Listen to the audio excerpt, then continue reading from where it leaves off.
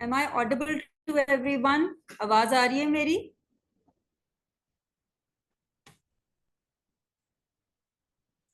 Chat box में please एक या दो कोई लिख के बता दे, फिर मैं प्रोसीड करूं ताकि।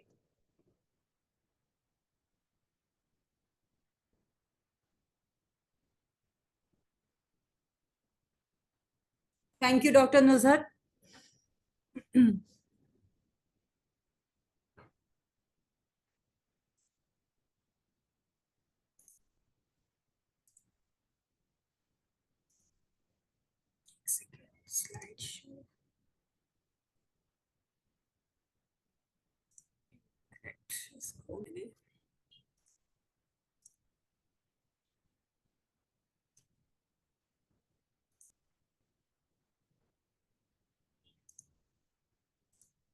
ओके जी, बिस्मिल्लाह करते हैं।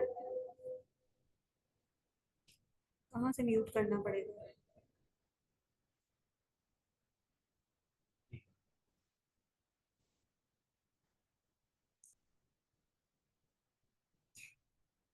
ठीक है, आई थिंक हम क्या हो रहा है, करूँ? मैं स्टार्ट कर रही हूँ presentation. And as we discussed, calendar पे जो एकेडमिक कैलेंडर पे हमने डाला था कि हम आज डिस्कस करेंगे evaluation and management of common problems in pregnancy.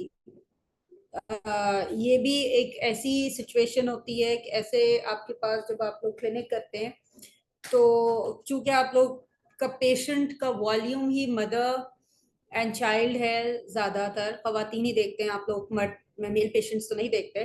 तो उसके अंदर ऐसे कई पेशेंट्स होंगे एक दिन में जो प्रेगनेंसी के साथ आते हैं different stages. So if I just ask a question, random question, that in an average one day clinic, जिसमें आप तकरीबन, अगर मैं कहूँ फॉर इंस्टेंस, कम से कम मरीज भी देखें तो 50 देखती हैं या 60 पेशेंट्स देखती हैं, तो उसमें से कितनी ऐसी patients on an average in a day pregnant खवातीन आपके पास आती हैं? Just a random wild guess, anybody. How many patients do you see who come with pregnancy?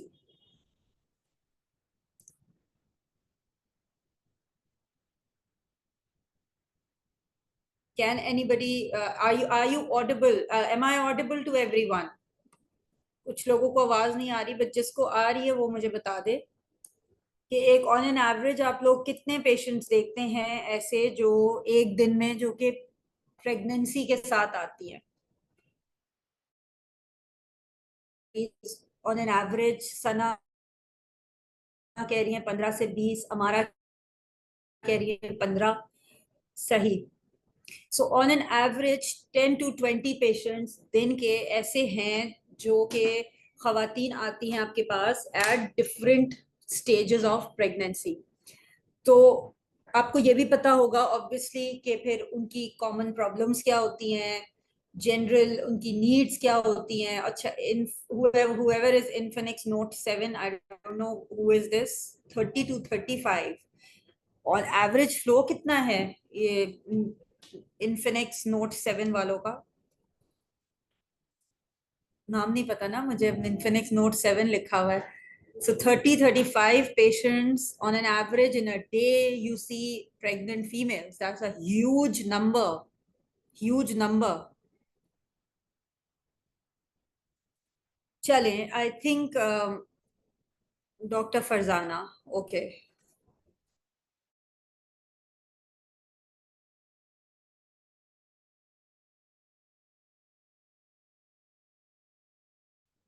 Dr. Farzana, आप मतलब एक मिनट ना, ZMT,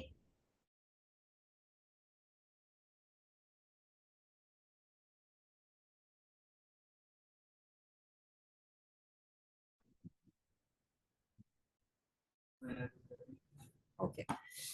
So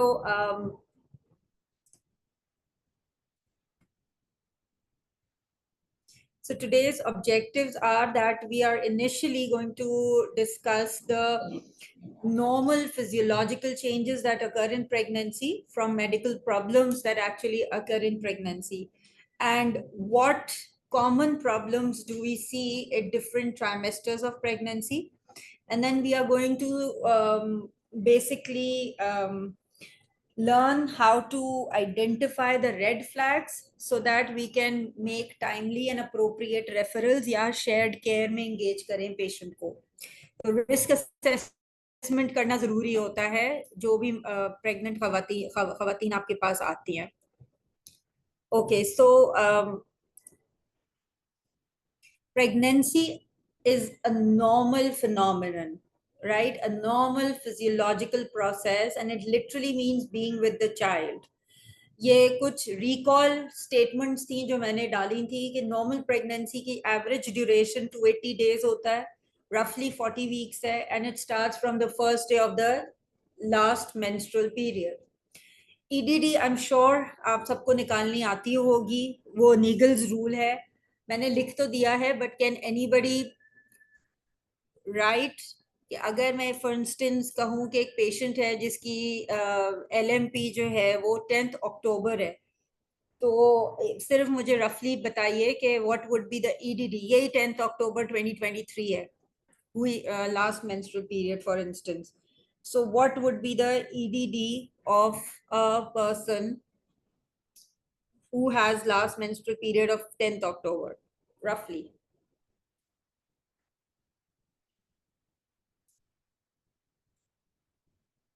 डॉक्टर चंद्रन कैसे निकाला आपने? You add 7 days and you add 9 months, right? तो 7, 10 plus 10 plus 7 is 17. ठीक है, नवंबर, दिसंबर, जनवरी, फरवरी, मार्च, अप्रैल, मई, जून, जुलाई. ठीक है, Rizwana, Dr. Farzana, Dr. Nuzhat, you're all right. So that's a very simple rule that how to calculate EDD. And you are all must have been very smart at it. जब आप रोज के 15-15, 20-20 मरीज देख रहे होते हैं, तो that should be, and I am expecting that it is on your fingertips now. ठीक है, लेकिन अगर डिलीवरी बियॉन्ड 280 डेज या तो प्री टर्म डिलीवरी किसको बोलते हैं? मैंने एक जनरल स्टेटमेंट लिखा है. प्री टर्म क्या होता है? हाउ मेनी वीक्स, कितने वीक्स पे होता है तो प्री टर्म कहते हैं. When do you call it preterm? And when do you call it post-term? These two terms we read earlier. कितने weeks पे हो? Before 32 weeks is preterm, okay? 24 weeks preterm, okay? तो सर ये आवाज ही नहीं, वहाँ जवाब चला जाएगा. 30 weeks. सब अपने अपनी मर्जी से दे रहे हैं. कोई 32 weeks कह रहा है, कोई 24 हफ्ते कह रहा है, कोई 30 हफ्ते कह रहा है. So I want you all now to go back and actually see what is preterm and 37 क्या 37 weeks से पहले, 37 weeks के बाद हमारा 37 weeks term कहलाती है. Okay, if she Amara is saying before 37 weeks. Okay. And what is post term? अभी मैं ये नहीं कह रही कि कौन सही कह रहा है कौन गलत कह रहा है. What is post term?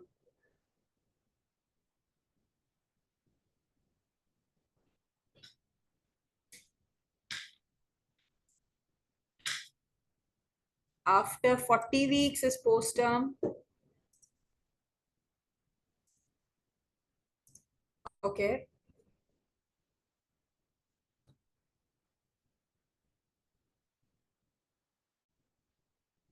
So pre-term की भी कैटेगरीज होती है, बट एक जनरल जो हम रखते हैं, pre-term is before, Amara was right, pre-term is before 37 weeks, 32 to 37 weeks होता है, right?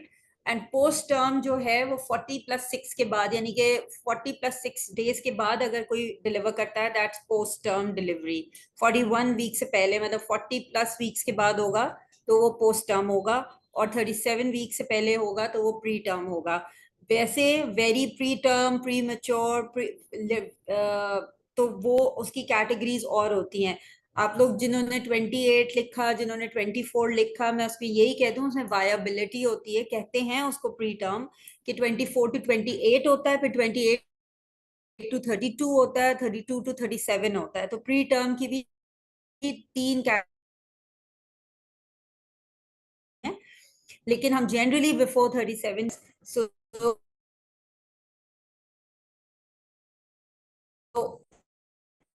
सो दिस इज अभी किए, आप लोगों के साथ रिवाइज किए। क्या कह रहे हैं? मैक्सिमाइज कर रही हूँ, वो बहुत स्लो मूव करता है। Okay, so when we talk about pregnancy, a lot of changes are happening in a woman when she becomes pregnant. Physical changes हो रहे होते हैं, mental changes हो रहे होते हैं, emotional या psychological changes हो रहे होते हैं. Entire physiology of a woman changes. ठीक है, लेकिन इसको ये कह देना कि हम एक एक रिसेंटली, मतलब ये बाबा आदम के जमाने से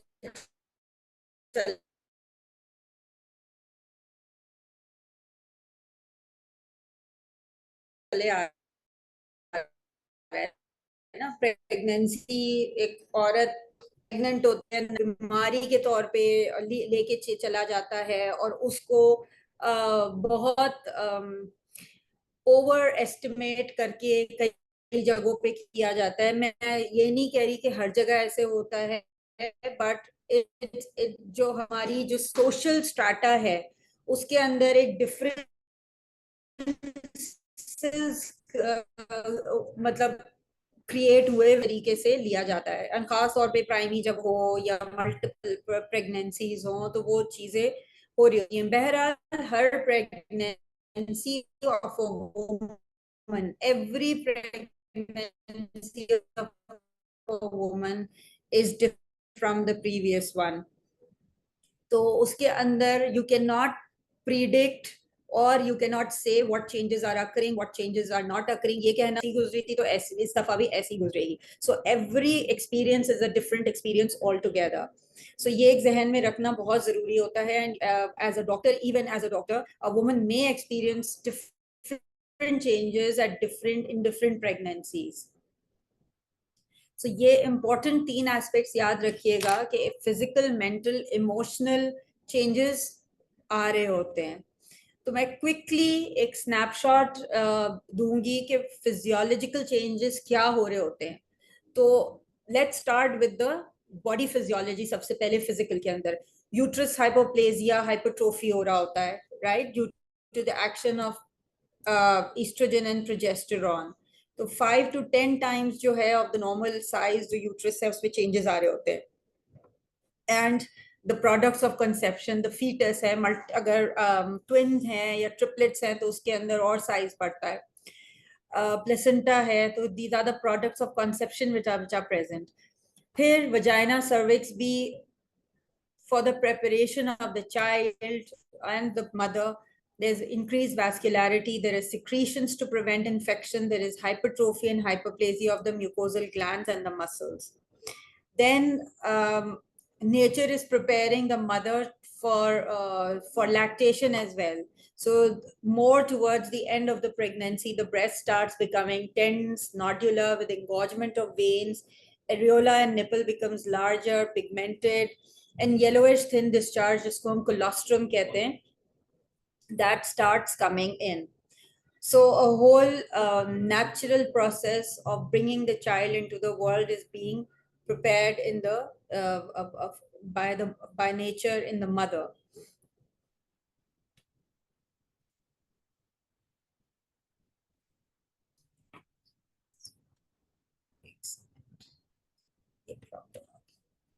Then there are certain metabolic changes that also occur. Weight gain होना शुरू होता है। एक तो ऑब्वियसली फीटस का वेट होता है, ग्रोथ होता है, लेकिन साथ साथ वाटर एंड सोडियम रिटेंशन होता है बहुत ज्यादा। जो बेसल मेटाबॉलिक रेट होता है वो इंक्रीज हो जाता है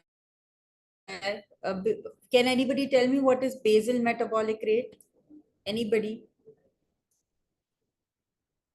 Can somebody write down?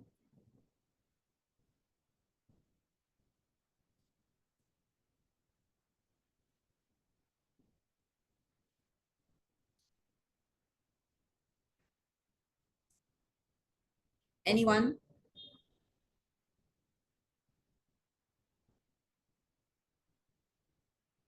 मैंने नीचे ही लिखा हुआ है कि प्रोटीन, कार्बोहाइड्रेट, फैट मेटाबॉलिज्म बढ़ जाता है, तो यही चीज बेसल मेटाबॉलिक रेट है कि जो भी मेटाबॉलिज्म फास्ट हो जाता है to meet the needs of the mother and to meet the needs of the child. तो मेटाबॉलिज्म बढ़ता है, overall body requires more food, more water, because the it metabolizes very quickly. Simple is इसकी simple ये मतलब है। Then hematological changes also occur, जिसमें blood volume increase होता है to fulfil the demands of the enlarging new uterus, iron requirement increases, clotting factor increase होता है, तो लिवर फंक्शंस भी फिर ऑल्टर होने शुरू होते हैं इस वजह से।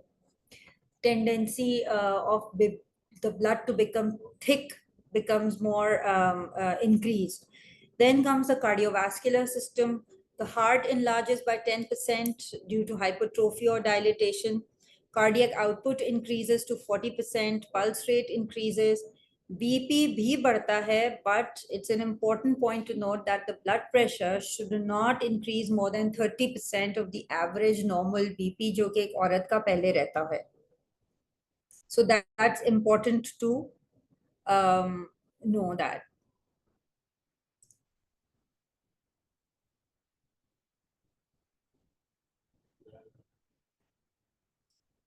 ठीक है, shall I proceed?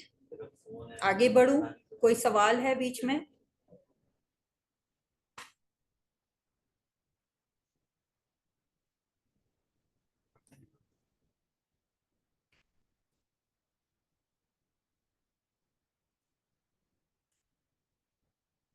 No question, yes या नो कर दे, मुझे कुछ समझ में नहीं आ रहा, आप लोग मेरे साथ फॉलो कर रहे हैं नहीं कर रहे हैं, I am not really sure.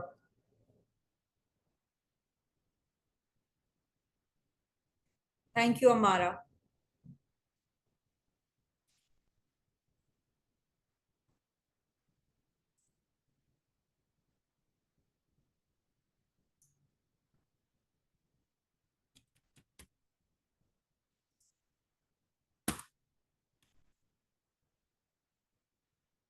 Then comes the respiratory changes. तो बेसिकली बॉडी के सारे सिस्टम जो है ना वो हाइपर एक्टिव या ओवर एक्टिव होते हैं, राइट? हाइपर वेंटिलेशन होता है, रेस्पिरेटरी रेट इंक्रीज होता है, ऑब्वियसली जब यूट्रस बढ़ता है तो डायफ्राम लेटर मंथ्स में डायफ्राम एलिवेट हो जाता है, पुश करता है यूट्रस, और उसकी वजह से रेस्पिरेटरी प्रॉब्लम्स हो सकते हैं या लंग कैपेसिटी डिक्रीज होती है।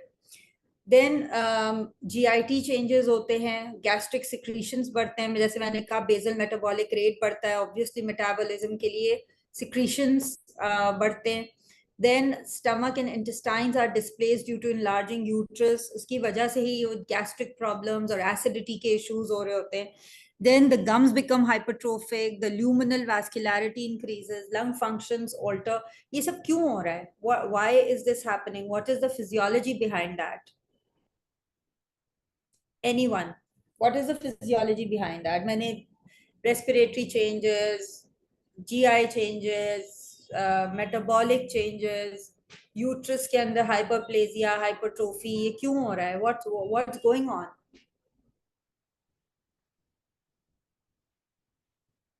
Any cause for it?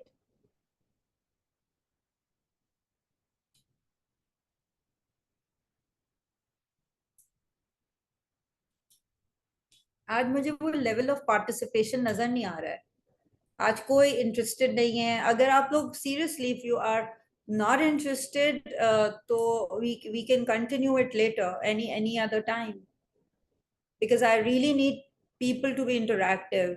I feel like as if I'm talking to absolutely to fulfill the fetal demands, but what is going on? Demands हैं, असल में क्या होता है?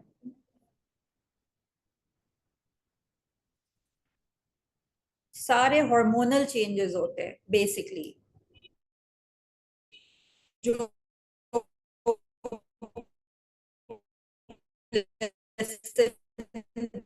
से हार्मोन्स, ताला ने ना माँ को जन्नत का दर्जा, माँ के कदमों के नीचे जन्नत नहीं रखती है। इतने चेंजेस से एक औरत को गुजरना पड़ता है। सो रीनल चेंजेस होते हैं, जीएफआर बढ़ता है, hyperplasia of the bladder and ureter that causes increased frequency of urine. Okay, problem is that internet issue हो रहा है. Okay, I take it. So I'll just do anything either समझ में आ रहा है, ठीक है.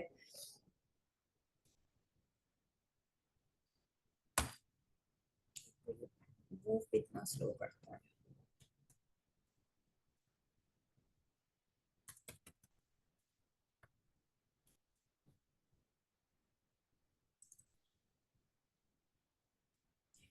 ठीक, तो this then comes the skin changes. Striae gravidarum appear होना शुरू हो जाता है एब्डोमेन पे, थाइस पे. nipples and areola get pigmented. Linea nigra, just the dark line in the abdomen, that becomes patches on face start becoming prominent. Cloasma जिसको बोलते हैं. Then apart from the physical changes, जो कि मैंने कहा mental health, mental changes भी हो रहे होते हैं.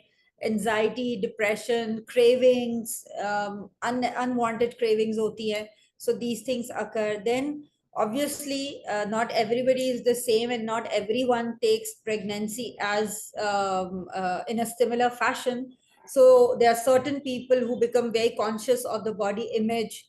Then there could be psychological changes due to financial stresses. हर कोई एक ही सोशल स्टार्टअप पे और एक जैसे सोशल सर्कमस्टांसेस लेके नहीं होता. Some people are prepared for pregnancy, some people are not prepared for that. Then how much a person is getting support from the partner or the family. And then a lot of women, mothers fear, unwanted fear होता है of the child, या कुछ सुन लेते हैं, या कुछ physicians की तरफ से कुछ इंफॉर्मेशन मिस इंफॉर्मेशन जाती है, तो there is a lot of fears that a woman carries on. फिर कुछ कल्चरल नुआंसेस होते हैं या कल्चरल ऑब्लिगेशंस होती हैं उनको फुलफिल करने के लिए. So there lot of things going on in a person while a person is pregnant.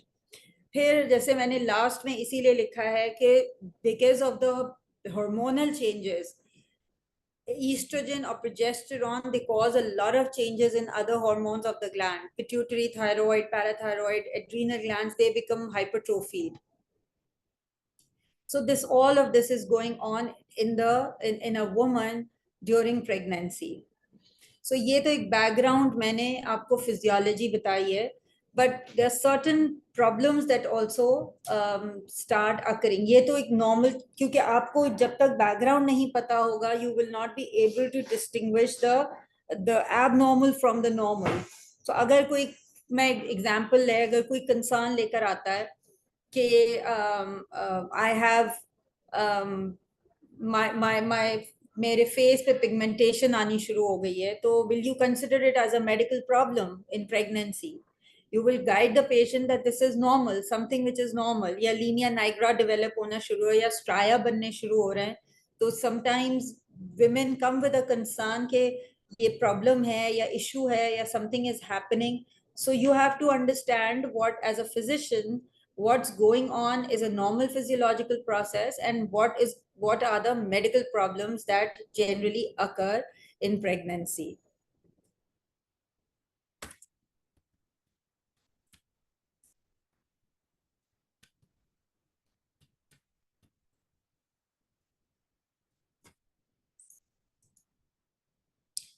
So I'm just starting with this case, जैसा हमारा format होता है कि a 22-year-old lady who is newly wed, she visits to your clinic with her husband, and she wants to seek advice from you regarding conceiving. अब ये एक खातून आई है आपके पास who is not pregnant at the moment, but आपसे वो advice conceive करने के लिए पूछने आई हैं। तो एज अ फैमिली फिजिशियन आपकी आपकी जो केयर होती है, इफ आई से कि as a physician you provide care of a person not only in pregnancy, but हम जो केयर ऑफ अ पेशेंट है उसको डिवाइड करते हैं इन 4 स्टेजेस या 3 स्टेजेस कह लें। व्हाट आर दो stages? Can anybody tell me? यहाँ पे लिख दिया मैंने वैसे। So can anybody tell me? So the care that is provided before, during and after child birth, एक तो प्री कंसेप्शन केयर है। उसमें क्या बताना होता है पेशेंट को? What is pre conception care? So however, जिसका भी इंटरनेट है, वालेकुम अस्सलाम किरात, जिसका भी इंटरनेट एक्सेस कर रहा है, I want them to participate and I won't proceed. मुझे बताएं प्री कंसेप्शन केयर क्या होती है और उसमें क्या क्या चीजें शामिल होती हैं। You tell the patient or you ask the patient? Preconception care में very good, you tell the patient as well and you ask as well what is the diet that a patient is taking. ठीक है सबा? Okay. BMI very good, screen for anemia, diabetes, nutrition excellent, सही है गजाला. Folic acid, you start a woman on folic acid, very good. और rest, what rest? How और गांव देहातों की औरतें देखी हैं, रेस्ट करती हैं वो? सो मुझे मुझे अभी ठीक है, दे शुड हैव प्लान्ड, ठीक है, वैक्सीनेशन स्टेटस पता हो, प्लान्ड है, अनप्लान्ड है प्रेगनेंसी, दैट्स फाइन। मुझे मुझे इस पे परेशानी हो रही है रेस्ट, जिसने भी रेस्ट लिखा है, रेस्ट का क्या मतलब है? सो रेस्ट देखें, यही मैं आप लोगों को चीजें, pregnancy is a normal phenomenon. We should be हमारे अंदर इतना इंटेलेक्ट होना चाहिए कि ठीक है, कोमार्क्स पूछ लिए, फैमिली हिस्ट्री पूछ ली, दैट्स फाइन। मैं पॉइंट जो रेस करना चाह रही हूँ वो ये करना चाह रही हूँ कि जो रेस्ट अभी जिसने कहा, बाकी सब ठीक है।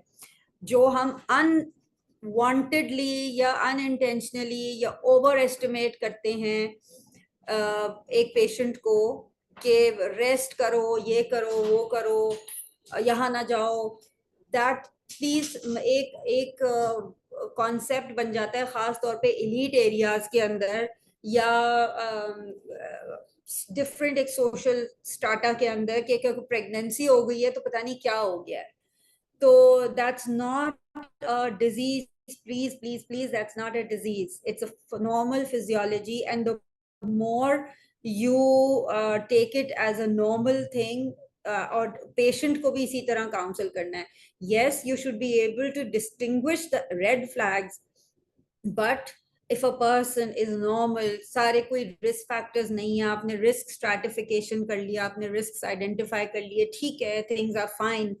But then you don't have to कहते ना सिंपथी नहीं करना कि अच्छा जी तुम प्रेग्नेंट हो गई हो, तुम फला चीज नहीं जाओ, तुम अगर काम करती हो तो ना करो. No, you have to let it continue as a normal process. आप में से खुद कई माएँ हैं, काम करती हैं, नौकरियों पे जाती हैं, क्लिनिक्स करती हैं, और आप लोगों ने खुद इसी तरह की प्रेगनेंसीज गुजारी होंगी एज अ नॉर्मल. इवन अगर आप लोगों में से किसी के साथ कोई मेडिकल प्रॉब्लम्स भी हुए हों तो भी there is I mean you have taken it as a normal, I am sure.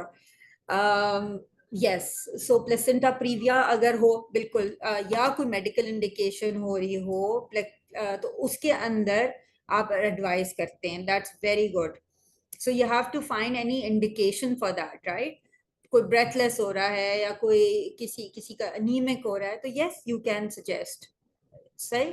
अच्छा, बाकी आपने सबने almost most of you have written very well that yes the diet, the BMI, the पहले तो कंसेप्शन का पूछना है कि प्लान्ड है, नहीं प्लान्ड है, वांटेड है, अनवांटेड है, कपल इस पे कितना वो कर रहा है, that's fine. And then you'll also take care of the hereditary diseases and all that. That's excellent. Then comes the antenatal care. I'm not going to go into depth of it, मगर WHO की guidelines, national guidelines भरी पड़ी हुई हैं for the antenatal care. तो antenatal care में main चीजें क्या क्या आ जाती हैं? चलें, that's all of you did wonderful job on pre conception care. What is antenatal care? Yes, discuss about booking, schedule antenatal visits. Very good. Neelam and Amara. And regular visits, ultrasounds. ठीक है. मैं एक general concept पूछ रही हूँ. Antenatal के अंदर हम क्या करते हैं? हम ट्राइमेस्टर वाइज केयर करते हैं ना. फर्स्ट ट्राइमेस्टर के अंदर certain things that are need to be covered in first trimester. There are certain things that we cover in second trimester, and there are certain things we cover in third trimester. तो थोड़ा सा आप लोगों के thoughts को streamline करने के लिए मैं इसको और वो करती हूँ कि आपने, हाँ, लैब्स और डायग्नोस्टिक्स में आ गए पहले कि आपने लैब्स करवा ली, अल्ट्रासाउंड करवा लिया, हीमोग्लोबिन चेक कर लिया, शुगर्स चेक कर लिए. Very good. सब आप जब भी पेशेंट आपके पास आए, आपने बीपी और आपने यूरिन का टेस्ट जरूर करना है, डिपस्टिक, राइट. बीपी मॉनिटरिंग करें, शुगर लेवल्स देखें. Yes Nusrat. So there repetition. RBS कितनी सिग्निफिकेंट है? RBS, Neelam, RBS is not significant until a patient you have diagnosed as GDM or anything like that. तो जो OGTT कराते हैं ना आप लोग, दैट्स इनफ टू चेक. अगर कोई, हाँ, रिस्क आपने फैक्टर पहले देख लिया कि कोई पहले से ही डायबिटिक है या किसी का किसी को प्रीवियसली GDM हुआ हुआ, तो आपने RBS वगैरह करा लेनी है.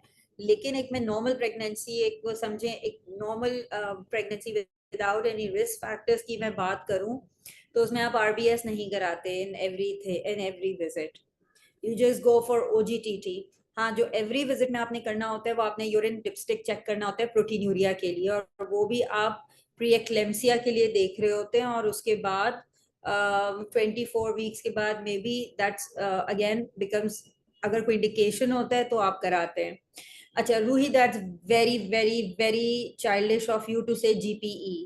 मैं पहले बता चुकी हूँ कि जनरल फिजिकल एग्जामिनेशन में आप लोग MBBS नहीं है, थर्ड ईयर फोर्थ ईयर नहीं है.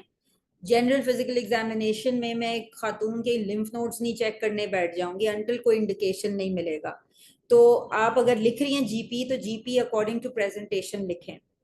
And this is what I am to teach you कि जो भी आपने, even all your actions, your history, your examination should have a rational behind it. पीछे कोई वजह आपको, पहले आप अपने आप को खुद वजह दें, मैं क्यों बीपी चेक करवा रही हूँ इस पेशेंट का. जब आपको वो आंसर मिल जाए तो फिर आप उस पेशेंट को बताएं. तो this is the best way to practise and to counter check on yourself as well कि जो मैं प्रैक्टिस कर रही हूँ वो एविडेंस बेस्ड कर रही हूँ या नहीं कर रही हूँ.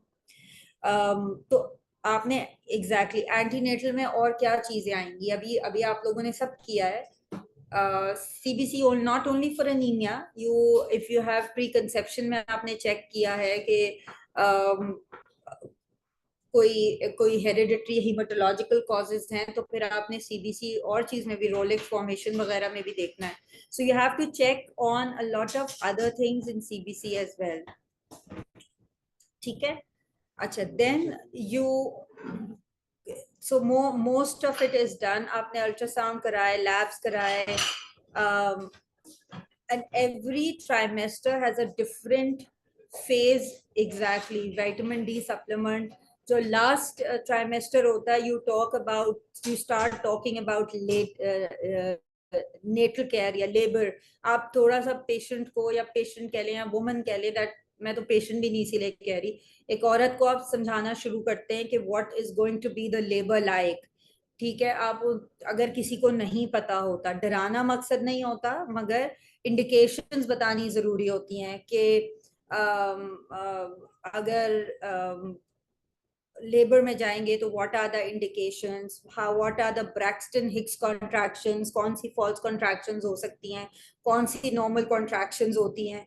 ठीक है, एक सिंपल होता है कि वाटर बैग रप्चर हो तो क्या करना चाहिए। तो सबसे पहले किसी ने मेंशन किया था कि बुकिंग करानी चाहिए, तो एक ये सारी प्रेपरेशन होती है।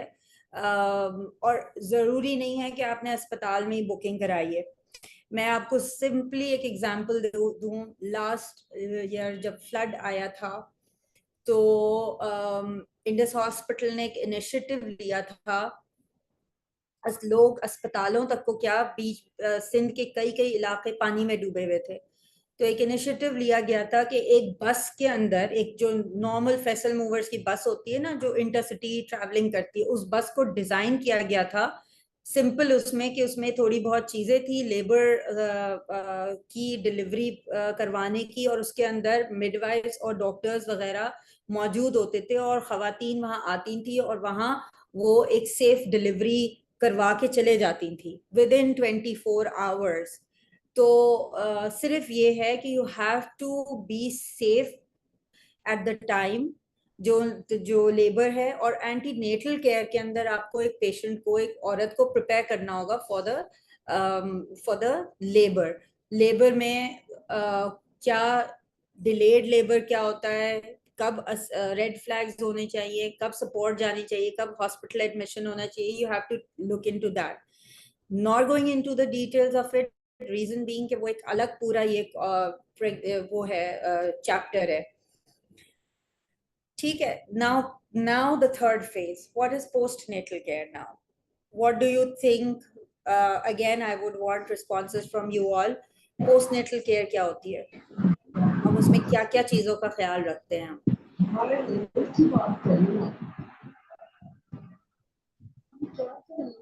So start typing vitals. ठीक है, वाइटल्स को मैं ले लेती हूँ। Very good Ruhi, postpartum blues, depression, that's very good. Heavy bleeding, excellent Saba. और ठीक है, टीयर्स, एपिजोटमी टीयर्स की बात कर रही हो हमारा, पेरिनियल, हाँ ठीक है, पेरिनियल टीयर्स की बात कर रही हो, ठीक है, फाइन।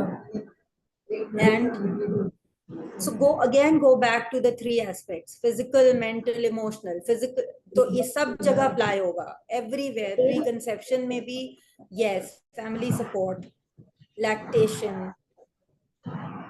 ठीक है, psychological care, okay, and postnatal के अंदर अब क्या हो गया, आप एक जीपी हैं, आप एक गायनेकोलॉजिस्ट नहीं है, राइट, आप एक जीपी हैं। पोस्टनेटल में अब आपकी जिम्मेदारी दोहरी हो गई है।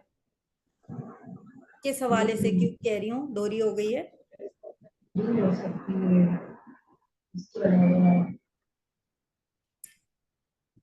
I am waiting for the correct answer.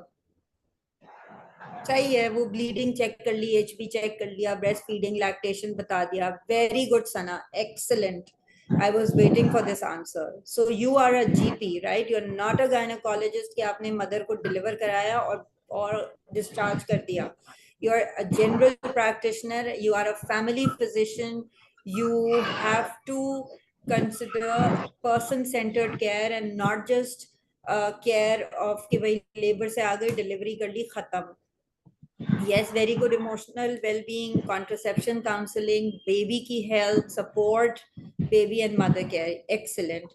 So yes, so most of it आप लोगों ने कवर कर लिया, और इतना बड़ा सा मैंने सर्कल में ये लगाया है कि as a GP you may not be able to go through all the steps, but you have to be the biggest support. जो आपको केयर देनी है वो सपोर्टिव केयर देनी है. So you have to give the supportive care to the patient at all these stages. You may be engaging gynecologist at some point in time.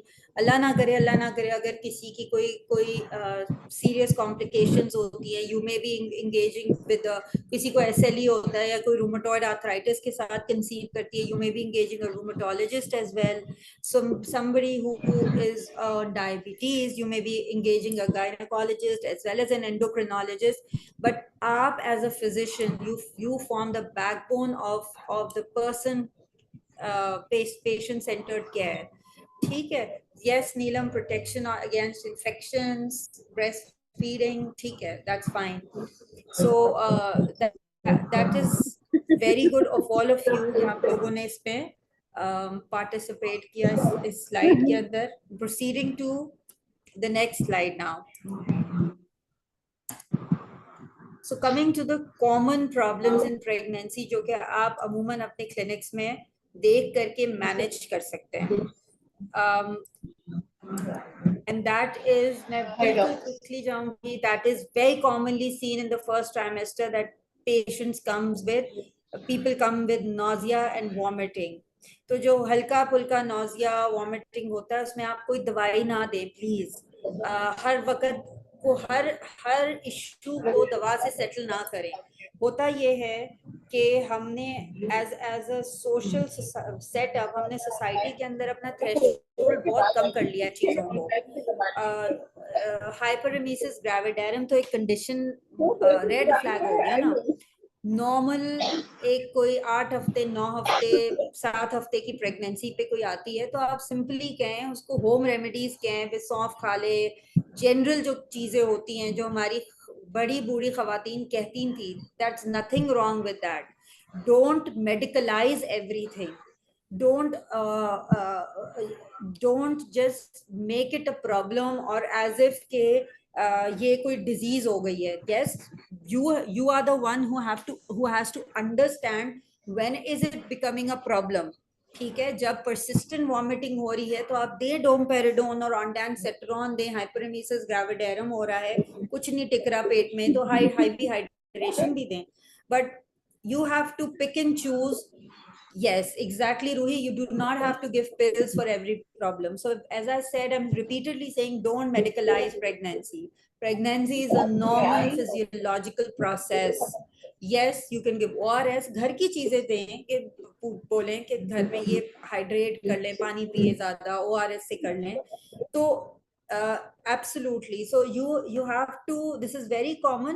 Spectrum को gauge करना है आपने कि अगर नोजिया वॉमिटिंग है तो स्पेक्ट्रम कितना बड़ा है, मेडिकल उसमें इमरजेंसी में फॉल कर रहा है या ये फिजियोलॉजिकल प्रोसेस है, तो उसको आप उसको you have to let it go and but you have to explain. Your role is support and counseling, right? Again and again I keep saying that. Then again, the other common thing is heartburn. Very common presentation, first trimester में भी common होता है, last trimester में भी common होता है. ठीक है, I wrote it specifically कि मगर as a physician you have to distinguish this from the epigastric pain of preeclampsia जो कि central pain होता है, पीछे भी जाता है. Here again, giving medicines is not the first stay, is not the mainstay.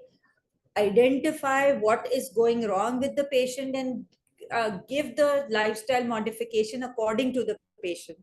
हो सकता है कोई खाना खाते ही सो जाता हो तो आप कहें कि भाई stay upright after meals, propped up at night. अगर कोई ज्यादा चाय कॉफी लेता हो तो वो ले. increase water intake हो लेकिन खाने के बाद पानी ना पिए. ठीक है. सबा अब में हम हार्ट बर्न पे आ रहे हैं, अब हम नोजिया वॉमिटिंग के से हट गए. तो एंटासिड्स का भी रोल है लेकिन, और उसमें खास तौर पे एल्गिनेट्स का रोल ज्यादा होता है. पीपीआई भी दे सकते हैं. अब ये कोई कॉन्ट्राइंडिकेशन नहीं है कि आप फर्स्ट ट्राइमेस्टर में नहीं दे सकते. बट अगेन जो कोटिंग प्रोवाइड करती है ना एंटासिड, जिनको एल्गिनेट्स कहते हैं, गैविस्कॉन और म्यूकेन जो आपकी कॉमन टर्मिनोलॉजीज हैं, जो एक प्रोटेक्टिव लेयर फॉर्म करता है, दैट सर्व्स बेस्ट. तो एल्गिनेट्स दे दें. ट्राइसेल वगैरह जो चू करने की है वो दे दें. राइट. तो आपने एंटासिड्स इस तरह दे सकते हैं. another common thing, मैं इसलिए जा रही हूँ ताकि ये these are very common things. Then we come to the more complex problems. Constipation, again very commonly seen in pregnant ladies. Hydration बढ़ाएं, उसके बाद fiber supplements बढ़ाएं, right? That improves and increases the stool frequency. Then stool softeners. अच्छा मुझे अभी बताइए, यहाँ मैंने एक जुमला लिखा है, stool softeners are better than stimulant laxatives. So can you give me an example of a stimulant laxative? Somebody, Dr. Nusrat ने लिखा है fruit intake लें, not juices. That's excellent way to counsel. लोग समझते हैं प्रेग्नेंट हो गए हैं तो जूस निकाल निकाल के खवातीन देती हैं, सही है। तो इनकरेज करें कि फाइबर फ्रूट उसके साथ लें, पूरा रॉ फ्रूट लें ताकि फाइबर भी जाए। सबा ने मेंशन किया है to counsel to take raw vegetables for constipation. हाँ, मगर धुलवा जरूर लेना क्योंकि इसके बाद लिस्टेरियोसिस या ब्रूसेलोसिस ना हो जाए किसी को, ये जरूरी इंपॉर्टेंट होता है। रॉ वेजिटेबल्स अगर है तो कच्ची सब्जियां खा रहे हैं वो लें। अच्छा, मेरा सवाल था, व्हाट आर स्टिमुलेंट लैक्सेटिव्स?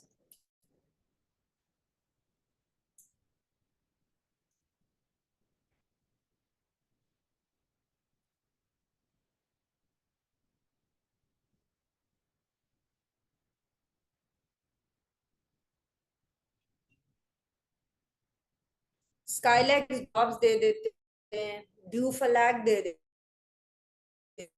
देते हैं, लाइलैक दे देते हैं, क्या है?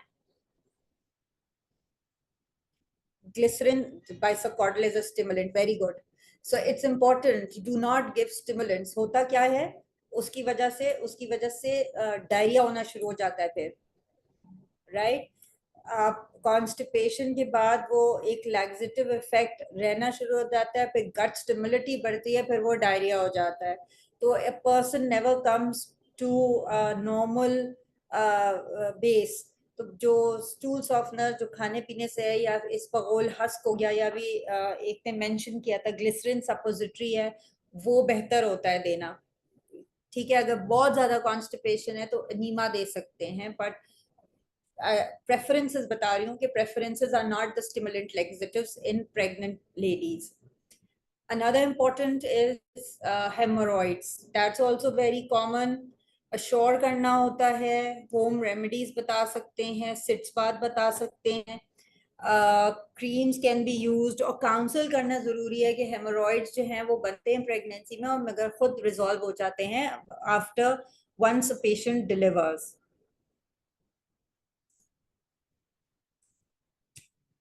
Another very common presentation, yes, Omera, you're right, xylocaine gel, sitz bath. That's the mainstay.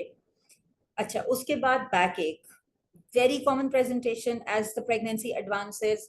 Back एक बढ़ता है और इसकी वजह से क्वालिटी ऑफ लाइफ बहुत खराब होती है, एक्टिविटी अफेक्ट होती है, स्लीप अफेक्ट होती है।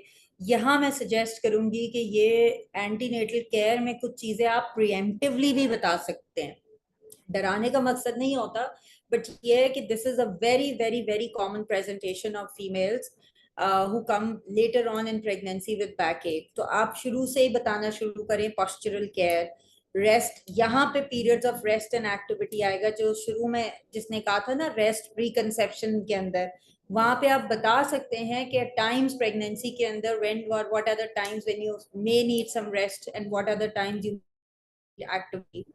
Just give simple painkillers. Do not go for NSAIDs and everything. Local balms लगवा लें, पैरासिटामोल दे दें या मसल रिलैक्सिंग दे दें, not for very long time, as needed दीजिए। और again calcium vitamin D supplementation suggest करें। मूविंग ऑन, अगेन वेरिकोसिटीज बहुत common होता है, खास तौर पे वो खवातीन जो कि मल्टीपल प्रेगनेंसीज जिनकी एक तो मल्टी पैरस होती हैं और मल्टीपल प्रेगनेंसीज होती हैं जिनकी ट्विन्स एंड ऑल, तो उसमें कंप्रेशन स्टॉकिंग्स इंप्रूव करता है। बट इम्पोर्टेंट चीज सॉरी ये है कि they do not prevent them from emerging. हमने शुरू में पढ़ा था, याद है, vascularity of the entire body increases, physiological structure जब हमने चेंजेस डिस्कस किए थे तो हमने कहा हर मसल इंक्रीज हो रहा होता है, हाइपरप्लेजिया हो रहा होता है, वैस्कुलेचर बढ़ता है, सिक्रीशंस बढ़ते हैं। तो अगर आप देखें ना तो ये तमाम चीजें उसी से रिलेटेड हैं, वैरिकोसिटीज कह लो या हेमोरॉइड्स कह लो, तो ये उन्हीं फिजियोलॉजिकल चेंजेस की वजह से ये सारी चेंजेस डेवलप हो रही होती हैं। तो you have to have that physiology in mind and then you can counsel the person very well. फिर एक आता है सिम्फिसिस प्यूबिस डिसफंक्शन, जो कि हाइट रिलेटेड प्रॉब्लम होता है, या जो पेल्विक इनलेट होता है उसका एक शेप हम पढ़ते थे, मुझे बिल्कुल याद नहीं है, गायनोकॉइड और फला 4 किस्म के पेल्विक शेप्स होते थे मेल्स और फीमेल्स के अंदर। So that's also very important कि अगर कहीं इस तरह प्यूबिस सिम्फिसिस प्यूबिस डिसफंक्शन का आई थिंक अल्ट्रासाउंड पे पता भी चल जाता है ये। So it can be mild, it can be debilitating, but ये चीज प्रॉब्लम होती है तो क्रचेस या पेल्विक सपोर्ट या रेस्ट इसके अंदर सजेस्ट कर सकते हैं। आप खुद नहीं सजेस्ट कीजिएगा, इसके अंदर आप लोग इसके अंदर रेफर कर सकते हैं या फिर शेयर्ड केयर कर सकते हैं कि किस पेशेंट को फिजियोथेरेपी की जरूरत है, किस पेशेंट को रेस्ट की जरूरत है, किस पेशेंट को सपोर्ट की जरूरत है। ओके तो बट हैविंग सेड दैट, यहाँ पे मैं इसलिए रुकूंगी, ये तो वो कॉमन प्रॉब्लम्स हैं I am sure which you often see. और कौन सी प्रॉब्लम्स कॉमनली आप लोग देख रहे होते हैं? जो मेरे जहन में कुछ मेन आई थी वो मैंने लिखी हैं यहाँ पे। और क्या प्रॉब्लम्स होती हैं पेशेंट्स को? कैन एनीबडी राइट डाउन जो आप लोग 15, 20, 25 रोज के मरीज देखते हैं, क्या प्रेजेंटिंग कंप्लेन्स होती हैं? fatigue, that is very true. Okay, good. Urine urgency, सही है। और body aches, vaginal candidiasis, UTI, ठीक है। सो एक स्पेक्ट्रम होता है जहां आपको रीअश्योर करना होता है। एक कंडीशन ऐसी होती है, रीअश्योर से मुराद आपको काउंसल करना है। कुछ कंडीशंस ऐसी होती हैं जहां आपको इंटरवीन करके दवा देनी होती है। कुछ कंडीशंस ऐसी होती हैं जहां आपको रेफर करना होता है। तो ये इम्पोर्टेंट पॉइंट, ये जो डिफरेंट फेजेस हैं, डिफरेंट स्टेप्स हैं, यहाँ इंपॉर्टेंट होता है कि आप आइडेंटिफाई करें। इचिंग ऑन बॉडी क्यों होती है? स्लीप डिप्राइव्ड होती है, ठीक है। इचिंग क्यों होती है? Anybody can give me the physiology behind that?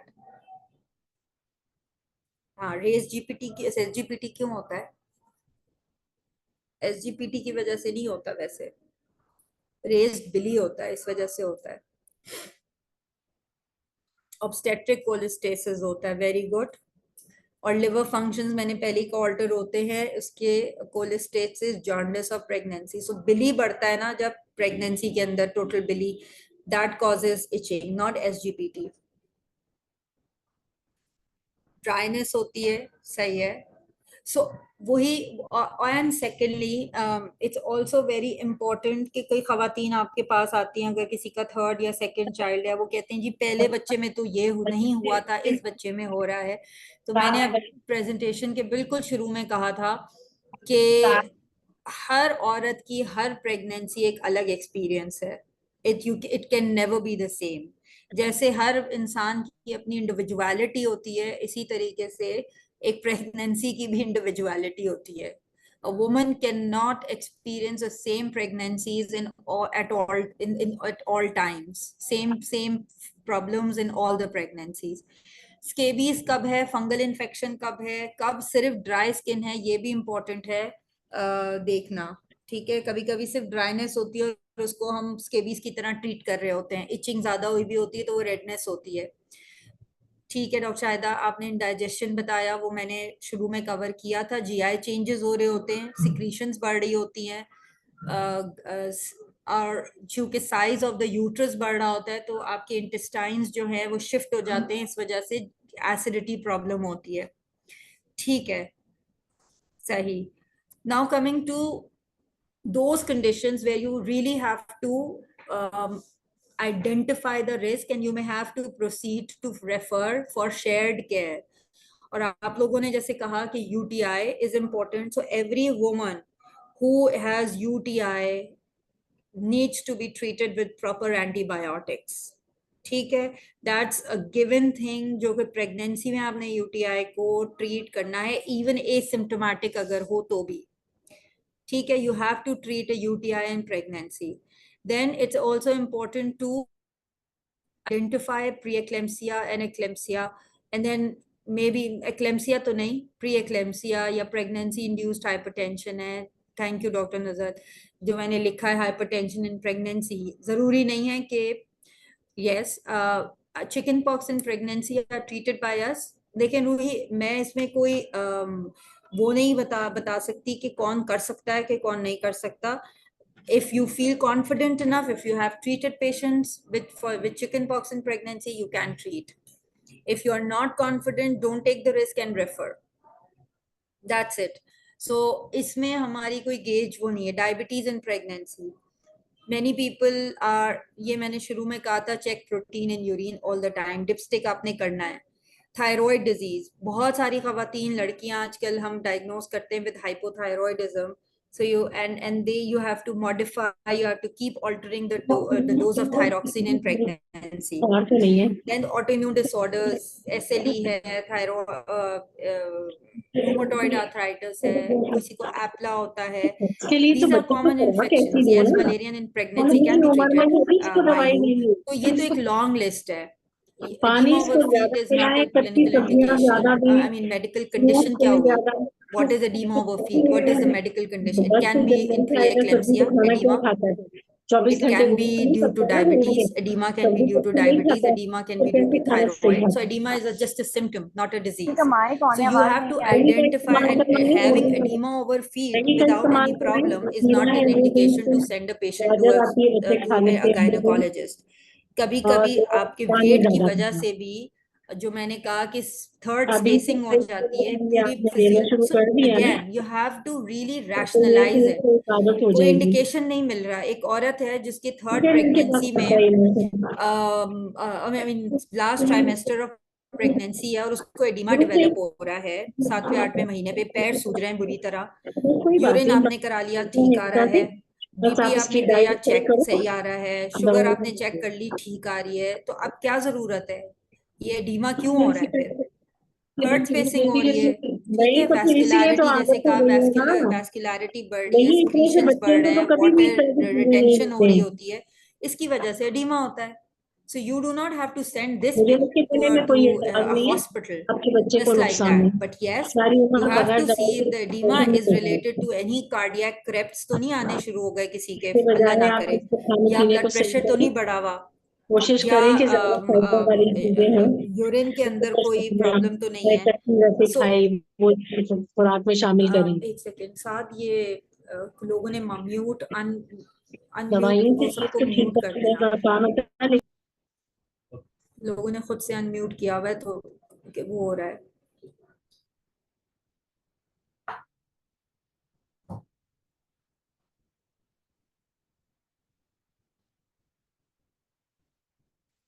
So I think सभी वो हैं, हाँ सब म्यूटेड हैं, only I am unmuted.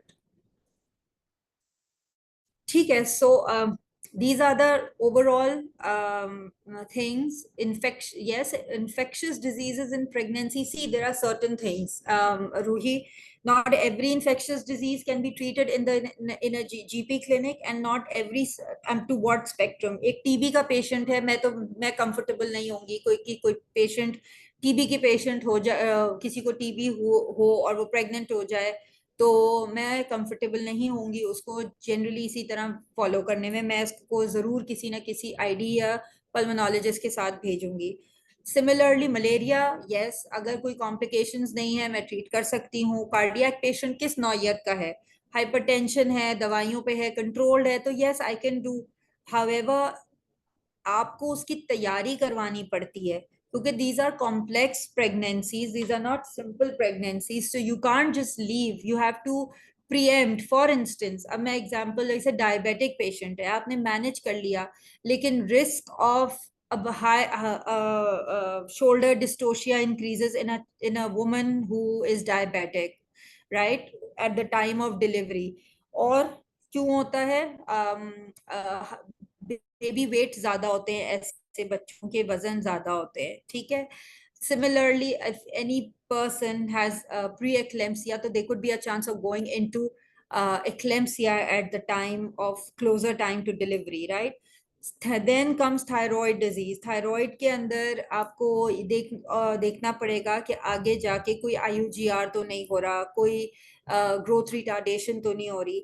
Same goes for the structural problems. Placenta accreta होता है, placenta previa होता है. So these are the conditions where you have to have a backup of inpatient care. And as GPs हमारे पास हमें यही देखना होता है कि कौन सी ऐसी पेशेंट है जिसको अगर इमीडिएट इन पेशेंट की जरूरत पड़े तो उसका एक बैकअप हो मौजूद.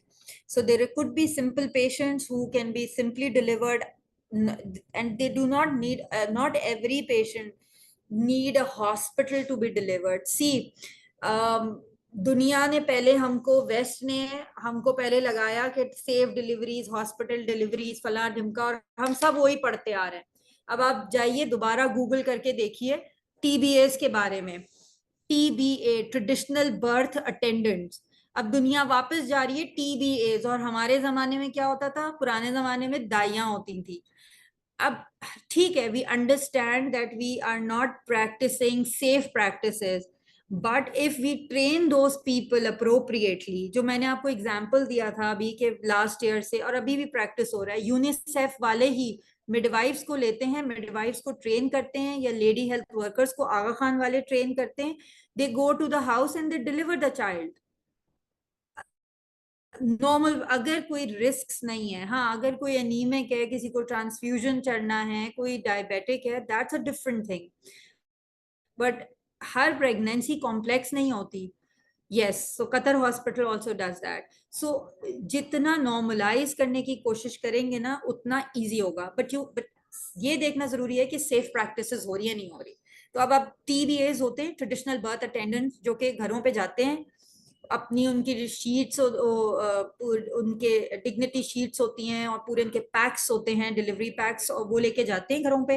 दे deliver the child, the healthy mother and baby, और असेसमेंट करके वापस आ जाते हैं. And then you can follow it. It's happening in a lot of countries now. So we blindly go one way and then we come back to other. अब जिसकी भी एक प्रैक्टिस क्या हो गई है, C section very common. Normal pregnancy जा रही है, नॉर्मल लेबर है, लेकिन नहीं सी सेक्शन कराना है या एपिड्यूरल लगवाना है. तो देर आर सर्टन इसके डिबेट्स हैं काफी. लोग जाते हैं, प्रेफर करते हैं, इलेक्टिव सी सेक्शंस भी करवाते हैं लोग. But I really have my serious reservations on that. That if there is a natural process to a thing, why take an unnatural route for it? So I have my reservations. Maybe people can debate on it, and a lot of people have debated on me with me on this. चले, अब ये आप लोगों ने पहले ही बता दिया था, and it goes at every step. Pre conception care से लेके antenatal counselling, natal care, post natal care, ये सब आपको देखना होगा कि सिगरेट, अल्कोहल, और ये जरूरी नहीं है, हमारे अजम्पशंस होते हैं कि सिगरेट नहीं पीते, खवातीन बहुत पीती हैं. Caffeine intake, folic acid, iron है, सप्लीमेंट देम, विटामिन डी की डोज डबल होती है. किसी ने 400 वाली कहा था, प्री कंसेप्शन में आप 400 सजेस्ट कर सकते हैं, but when a woman becomes pregnant and when a woman is lactating, you have to double the dose. So you give 800 international units. Then raw food ले सकते हैं, मगर साफ करके, ठीक है, क्योंकि यू हैव टू सी के चांसेस ऑफ लिस्टेरियोसिस ना हो, या साल्मोनेला, टाइफॉइड वगैरह के चांसेस ना हो. और ये मैंने कैट लिटर लिखा है सिर्फ टॉक्सोप्लाज्मोसिस में, लेकिन कई रूरल एरियाज के अंदर भी हमने देखा है कि जो खवातीन जो फार्म्स पे काम करती हैं, वो उनको ये टॉक्सोप्लाज्मोसिस हो सकते हैं, बिकॉज वो लिटर और वो काउ डंग्स वगैरह के साथ भी काम कर रही होती हैं. Yes, so every primary gravida should be given a trial of normal pregnancy unless any indication. Yes, see, people tend to choose as well. मैं ये नहीं कह रही, आप अगर साउथ सिटी में जाएं तो वहाँ पे लोगों की प्रेफरेंस होगी कि you want epidural, you want a C-section, मैं सिर्फ ये कह रही हूँ, I do not promote this, I do not promote. If anybody wants to take it, it's their thing, but I do not promote कि वो एक नॉर्मल प्रेगनेंसी को एपिड्यूरल में चेंज कर दे, या unless there is a medical indication to it, या वो सी सेक्शन में चेंज कर दे. So lifestyle is very much personalized. So general her patient को उसके हिसाब से होता है. Gentle exercise is important. ये concepts clear करना कि sexual intercourse जो है वो safe है during pregnancy, that people also come with a lot of myths and misconceptions. Then travel कब कर सकती है, कब नहीं कर सकती, इसके भी फ्लाइट्स के अंदर भी चीजें होती हैं. आपको पता होना चाहिए, अगर कोई खातून आए तो आपको पता होना चाहिए कि ट्रैवल रिस्क क्या होते हैं खवातीन के. फिर जेंटल सेफ्टी मेजर्स, ठीक है, कि जगह कार सीट बेल्ट बांधे गाड़ी में बैठे तो कहाँ कहाँ आपने बेल्ट को प्लेस करना है. फिर सब मैंने आप लोगों ने पहले ही मेंशन कर दिया था कि कौन सी वैक्सीन लें और कौन सी वैक्सीन अवॉइड करनी चाहिए. एमएमआर, येलो फीवर, बीसीजी, कुछ vaccine should be avoided in pregnancy as well. लेनी चाहिए तो हमें पता होता है, ये भी हमें याद होना चाहिए कि कौन सी नहीं लेनी चाहिए. ठीक है. So now coming to the last part of it, very quickly I will go through it. कुछ चीजों में आपने मुझे ऑलरेडी बता दिया है स्क्रीनिंग के हवाले से, and I quickly go through दो स्क्रीनिंग. ये आपने मुझे सब बता दिया कि ब्लड ग्रुप चेक करेंगे, रीसस डी फैक्टर चेक करेंगे, सीबीसी चेक करेंगे, कोई कंजेनाइटल, कोई हीमोग्लोबिनोपैथीज हैं, सिकल सेल या थैलेसीमिया, तो पेशेंट पर्सन को भी पूछेंगे और पार्टनर को भी चेक करेंगे. You check for infections, Hep B, C, viral, HIV, rubella, and you always do a urine analysis. Yes, live vaccines are contraindicated. अच्छा, ultrasound again you have to have a background. अब मैंने इधर लिख दिया है, लेकिन anomaly scan जैसे एक ईडीडी है, तो ईडीडी कंफर्मेशन जो है वो जनरली होती है कब से कब तक, मुझे एक आइडिया बता दें. डेटिंग स्कैन जिसको हम कहते हैं, मैं अगर 5 हफ्ते पे डेटिंग स्कैन कराऊं तो वो वायबल होगा, या वो क्रेडिबल होगा या नहीं. बीस कोई मुझ पे यूरिन स्ट्रिप टेस्ट करा के आ गया है, वो प्रेग्नेंट हो गई है, अब मैं अल्ट्रासाउंड करा लूं. एलएमपी जो है ना वो 3 हफ्ते पहले की है, 4 हफ्ते पहले की है. सही है. क्यों हुमैरा, क्यों नहीं कराएंगे? नीलम ने भी नो कहा, साइमा ने भी नो कहा. क्यों नहीं कराएंगे, कब कराएंगे, फिर क्यों नहीं कराएंगे 5 हफ्ते पे, और फिर कब कराएंगे? 7 वीक्स, 8 वीक्स, कह तो सही रहे, क्यों? अब रीजन बताओ क्यों.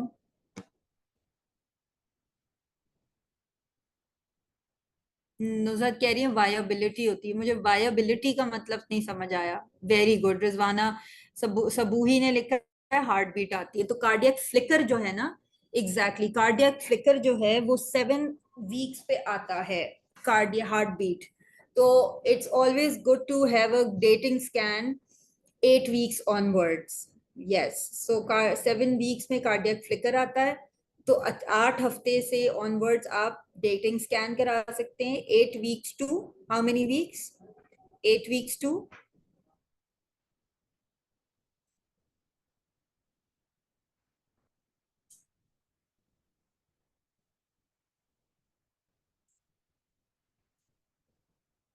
ठीक है, सही है. उसके बाद अगर कोई हिस्ट्री है ऑफ डाउन्स है, तो आप न्यूक्लियर ट्रांसलूसेंसी टेस्ट करा सकते हैं, ultrasound between 11 to 13 weeks, and that is why it's important to have a detailed history when you take a patient.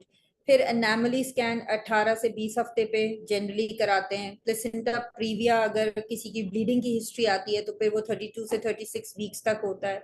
Similarly fetal echoes अब होते हैं जिसके अंदर कंजेनाइटल हार्ट डिफेक्ट्स या spina bifida can be picked up on fetal echo. So I'm quickly going through these screening slides.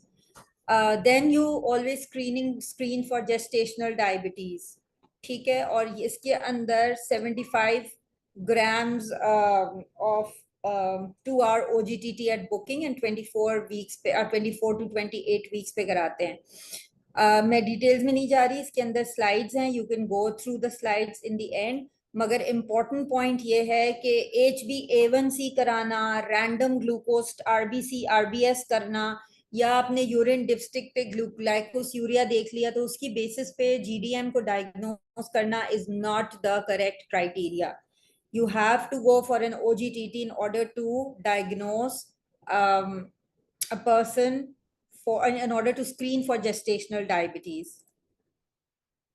इसकी नई guidelines भी हैं ADA की, you can, and it's very easily available on the net. So I would recommend you all कि आप वो download करके रख लें अपने पास और फ्री टाइम में आप ADA की गाइडलाइंस पढ़ लीजिएगा for diagnosing GDM.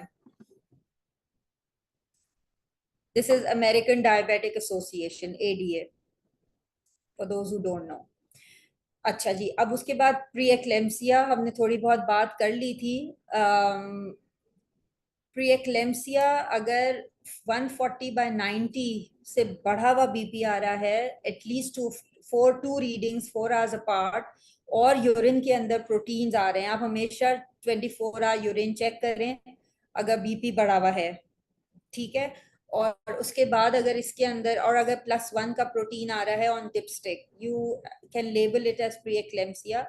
अगर 20 हफ्ते से पहले है तो प्रेगनेंसी इंड्यूस्ड हाइपरटेंशन हो सकता है, या फिर ऑलरेडी हाइपरटेंशन पहले से हो सकता है पेशेंट को हो. लेकिन अगर 20 वीक्स के बाद है तो प्री एक्लेम्सिया लेबल करते हैं इसको.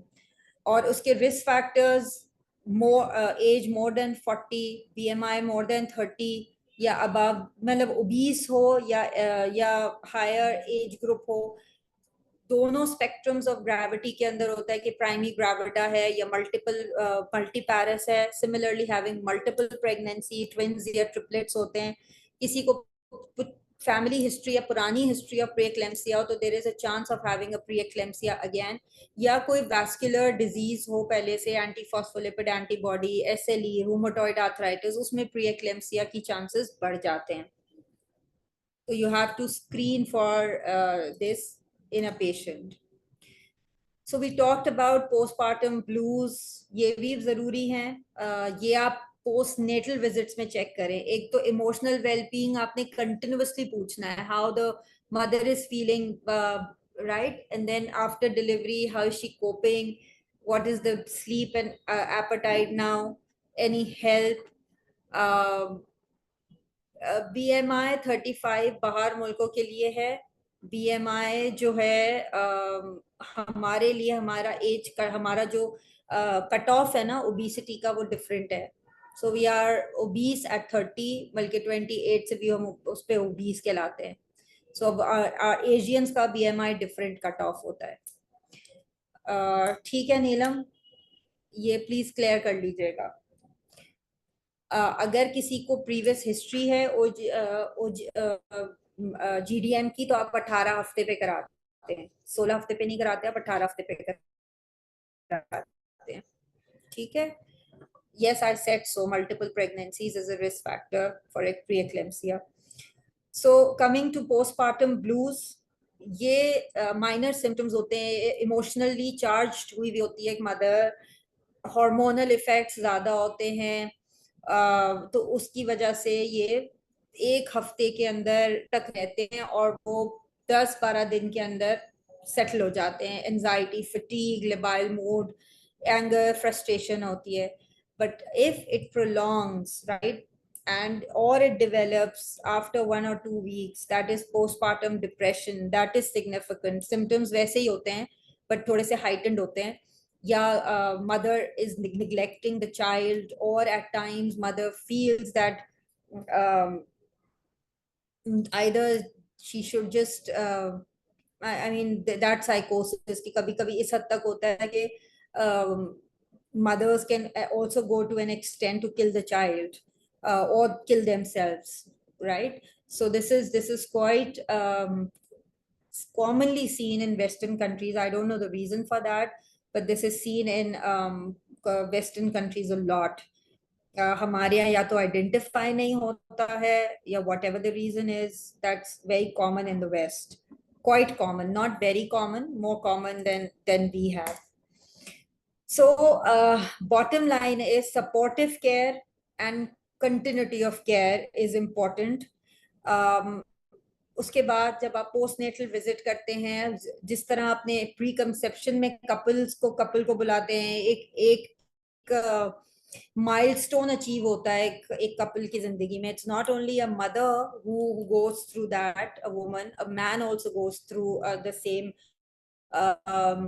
सेम तो नहीं कहूंगी, मतलब एक प्रोसेस से गुजरता है, may be in different tangents, but फिर you can talk about contraception, you can talk, you always involve the couple, you can counsel about contraception methods, techniques, instructions, या उनको support देते हैं. लेकिन the bottom line is that as a GP you have to maintain the continuity of care. के पहले याद है मरीज होते थे, हमारा भी इलाज डॉक्टर साहब ने किया और हमारे बच्चे का भी इलाज वही करते हैं, राइट? तो so this is the beauty of a general practitioner. कभी भी अपने आप को अंडर एस्टिमेट ना किया करें कि हम सिर्फ नजला जुकाम खांसी के डॉक्टर हैं. हम एक पर्सन के डॉक्टर, एक फैमिली डॉक्टर होते हैं, who takes care not only of a woman but also of the child, and then maybe who knows, that child might grow up and come back to you again after becoming pregnant. So this is all from my end, and I'm open to questions if you have any questions. Thank you all very much for listening so patiently and interacting with me. जी जनाब.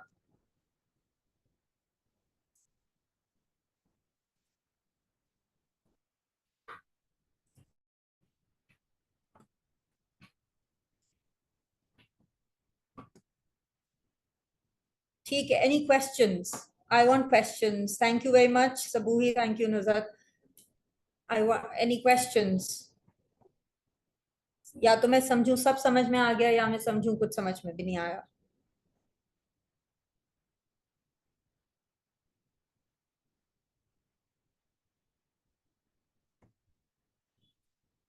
No questions.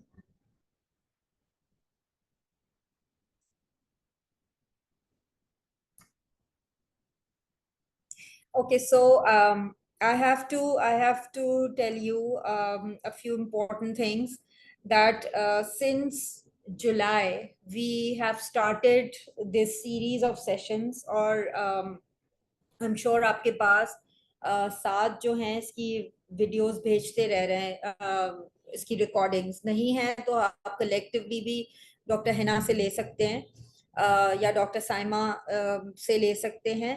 And then I would probably be taking a test on this, because वो कहते हैं ना कि जब तक assess नहीं किया होता तो पता नहीं चलता किसने कितना सीखा है. So there is going to be a test at the end of the year.